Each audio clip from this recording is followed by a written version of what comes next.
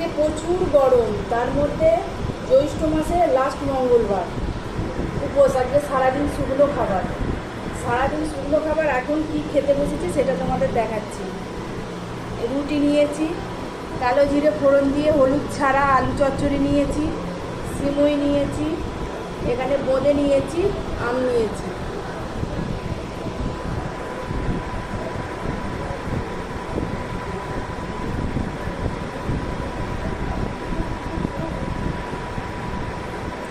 সারাদিন শুকনো খেয়ে খেয়ে শরীর অসুস্থ হয়ে যাবে।